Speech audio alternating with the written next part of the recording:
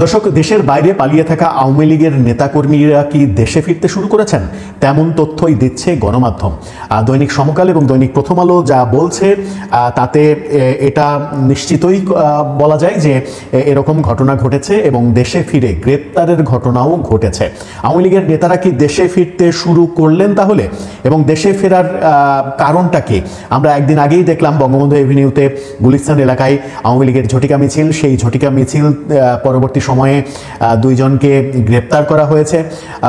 আওয়ামী লীগ বিভিন্ন জায়গায় ঝটিকা মিছিল করছে, তাই আলোচনা হচ্ছে, বিভিন্ন দিক থেকে আলোচনা উঠছে যে আওয়ামী লীগের নেতারা যখন ডক্টর ইউনূসের সরকারের মনোযোগ অন্যদিকে, আমেরিকার শুল্ক আরোপ, ভারতের চিন্তা, হাসিনাকে ফেরত চাওয়া, ভারতের সাড়া না পাওয়া, যখন সম্পূর্ণ মনোযোগ অন্যদিকে, তখন আওয়ামী লীগের নেতারা দেশে ফিরে একটা শোডাউন দেওয়ার চেষ্টা করছে, এমন আলোচনা চলছে। আদতেও কি তাদের এই পদক্ষেপে আওয়ামী লীগ আরও বেশি গণজোয়ার তৈরি করতে পারবে?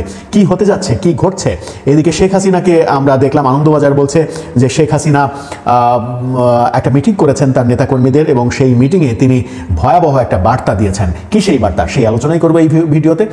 আওয়ামী লীগের নেতারা কি দেশে ফিরতে শুরু করেছেন? যারা ভারতে সহ পার্শ্ববর্তী দেশগুলোতে পালিয়েছিলেন, এরকমটা কি তারা ফিরতে শুরু করেছেন? তেমনটাই বলছে দৈনিক সমকাল। এবং দৈনিক সমকাল বলছে রাজধানীতে ভারত থেকে আসা আওয়ামী যুবলীগের দুই নেতা গ্রেপ্তার। কারা গ্রেপ্তার হলেন? লম্বা সময় বিদেশে থাকার, যাদের বৈধতা নেই, যারা বিদেশে আর থাকতে পারছেন না, সর্বোচ্চ পর্যায়ের নেতা না, যারা মধ্যম সারির নেতা, তারা নাকি এক ধরনের রিস্ক নিয়েই দেশে ফেরার চেষ্টা করছেন এবং দেশে ফিরেছেন।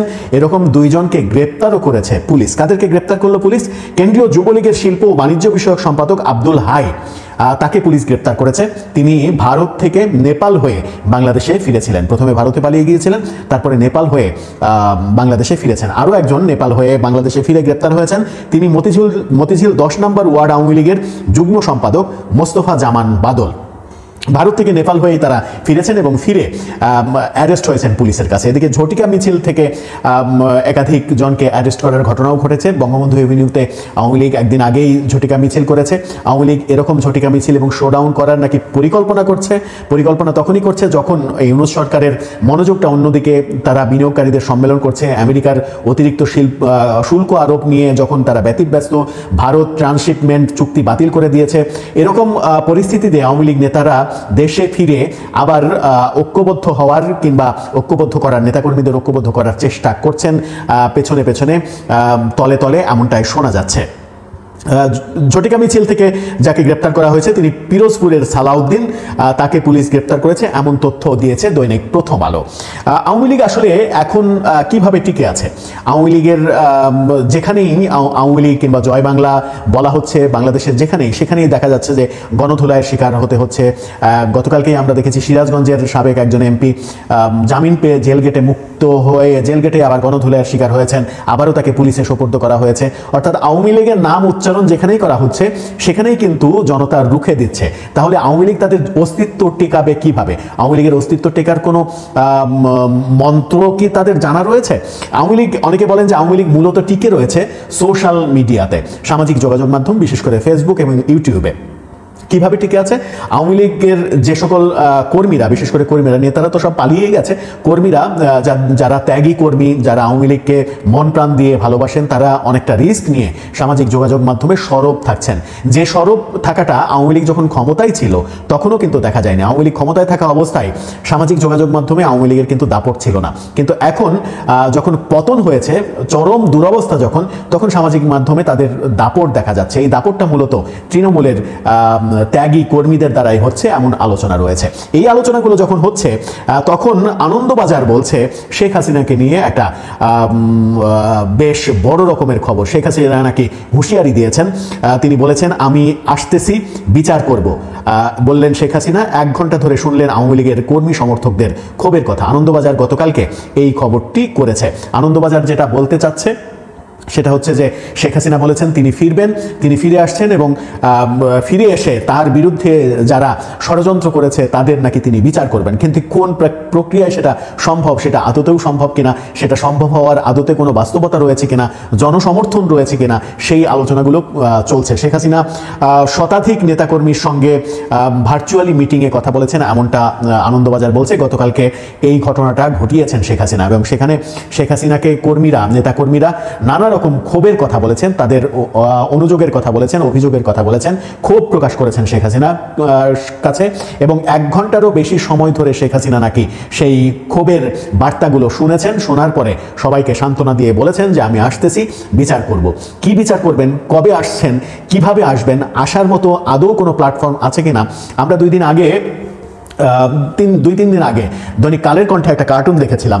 দৈনিক কালের কণ্ঠে একটা কার্টুন প্রকাশ করেছিল। সেই কার্টুনে দেখা যাচ্ছে যে নরেন্দ্র মোদী পত্রিকা পড়ছেন, শেখ হাসিনা উকি দিয়ে তাকে জিজ্ঞাসা করছেন এরকম যে, হুবহু বাক্যটা আমার খেয়াল নেই, তবে জিজ্ঞাসা করছেন এরকম যে কি ব্যাপার, অবস্থা কেমন, টুক করে ঢুকে পড়ার পরিবেশ তৈরি হলো কিনা।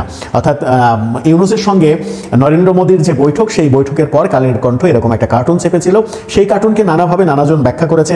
অনেকে বলেছেন যে ডক্টর ইউনূসের সঙ্গে নরেন্দ্র মোদীর যে বৈঠক, সেই বৈঠকটা ব্যর্থ হয়েছে, বাংলাদেশ কিছুই পায়নি, অনেক কিছু চেয়েছে কিন্তু কিছুই পায়নি, ভারত সাড়া দেয়নি মানে হচ্ছে ভারত নাকি শেখ হাসিনার পক্ষে এখনো অবস্থান করছে, শেখ হাসিনার সাপোর্ট করছে। তাই শেখ হাসিনা নরেন্দ্র মোদীকে পত্রিকা পড়া অবস্থায় জিজ্ঞাসা করছে যে টুপ করে ঢুকে পড়ার পরিবেশ তৈরি হলো কেনা। এই যে শেখ হাসিনার টুপ করে ঢুকে পড়ার যে ব্যাপারটা, যে কথাটা, এই কথাটা বাংলাদেশে এত পরিমাণ ট্রল হয়েছে। শেখ হাসিনা অনেক সময় অনেক কথাই বলেছেন যেগুলো নিয়ে ট্রল হয়েছে। তিনি কি বলে, বেগুনির পরিবর্তে নতুন রেসিপির কথা বলেছেন, তিনি কাঁঠালের কাবাবের কথা বলেছেন, ডিম ফ্রিজে রাখার কথা বলেছেন, অনেক কথা বলে কিন্তু ট্রলের শিকার হয়েছেন। পালিয়ে যাওয়ার পরে তার সব থেকে বেশি তাকে নিয়ে ট্রল হয়েছে টুপ করে ঢুকে পড়ার এই ব্যাপারটা। টুপ করে ঢুকে পড়া এই ব্যাপারটা সামাজিক যোগাযোগ মাধ্যমে অনেকেই অনেকভাবে ট্রল করে কন্টেন্টও বানিয়েছেন। আমার মনে হয় যে কথা বলার ক্ষেত্রেও একটু সাবধানী হওয়া উচিত।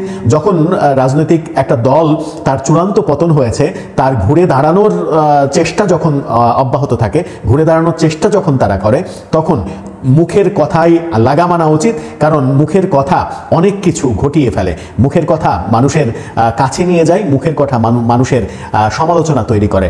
আমার মনে হয় যে শেখ হাসিনা ব্যক্তির চরিত্র হিসেবেও তিনি একটা একগুঁয়ে স্বভাবের মানুষ। সেই সমালোচনা আওয়ামী লীগের মধ্যেও ছিল।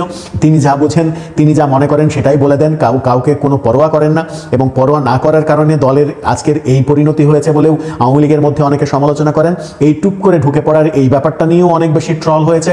কিন্তু যতই ট্রল হোক, যখন আওয়ামী লীগের সভানেত্রী এবং সাবেক প্রধানমন্ত্রী শেখ হাসিনা তার নেতাকর্মীদের বলছেন, সান্ত্বনা দিচ্ছেন যে আমি আসতেছি, বিচার করব, তিনি আসলে কার বিচার করবেন, তিনি কবে আসবেন, আদৌ আসার মতো বাস্তবতা তৈরি হয়েছে কিনা, আন্তর্জাতিক অঙ্গনে তার আস্থার জায়গা তৈরি হয়েছে কিনা, সেই আলোচনা আমার মনে হয় যে অনেক দিনই সামনে হতে থাকবে। দর্শক, আপনার কি মনে হয়? আপনার মতামত জানিয়ে লিখতে পারেন আমাদের কমেন্ট বক্সে।